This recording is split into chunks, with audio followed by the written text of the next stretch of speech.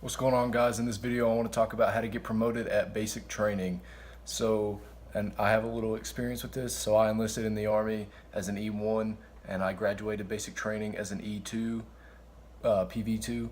I'll give you some tips and tricks to the trade on how to get promoted or better your chances at get promoted at basic training. To start off, I'm gonna be straight up. You could be the stud in your basic training platoon or company, have the highest PT score, whatever, and you may not get promoted, and that's just how it is, straight up. The way I got promoted is, honestly, I was disciplined, and I was the first PG our platoon had, and I would say I was a pretty good PG, and my drill sergeant saw that. And I guess that just stuck with him through the rest of basic training.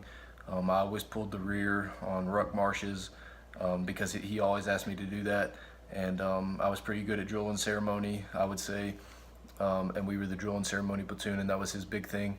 So I guess my drill sergeant, he would never tell me that, but I guess he kind of liked me. And that's because I always tried my best at everything. And that's all you really can do, is just do your best and hope the cards fall your way. I know, the person in our platoon that had the highest PT score, he had 3 points above me. He didn't get promoted, but I did get promoted because I did extra things. And my goal going into basic training was just to fly under the radar. And it was just one day at the obstacle courses, my drill sergeant asked me to do something. He was like, "Wilson, you're okay. Now keep moving," or whatever. And I guess from that, about a week later from that point, he told me I was PG. He didn't pick me as PG. I happened to become PG because at that time I had the highest PT score.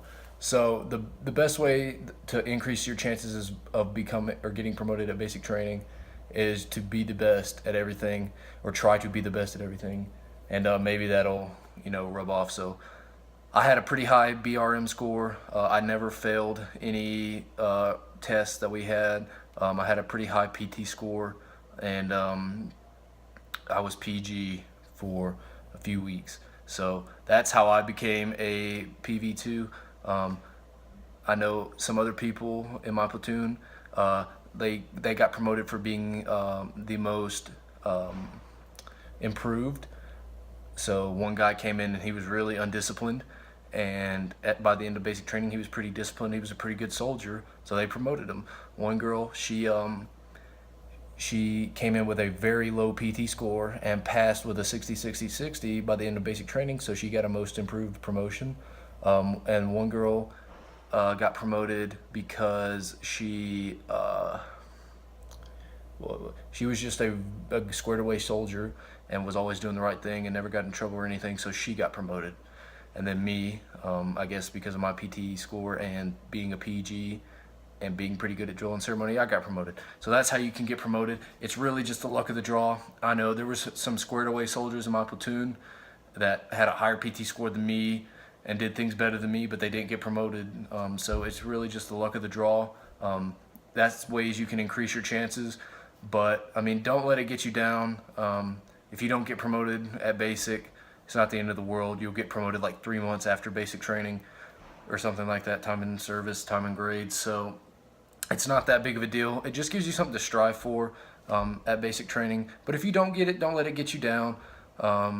It's really not that big of a deal. Yes, it's a good honor, but other people, there are great soldiers that didn't get promoted at basic training that make Army career.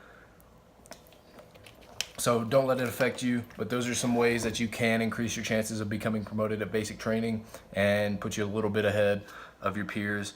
But other than that, just stay motivated and let the cards fall where they may. So that's it for this video. Any questions, comments, concerns, leave them down below, and I will talk to you all in the next video.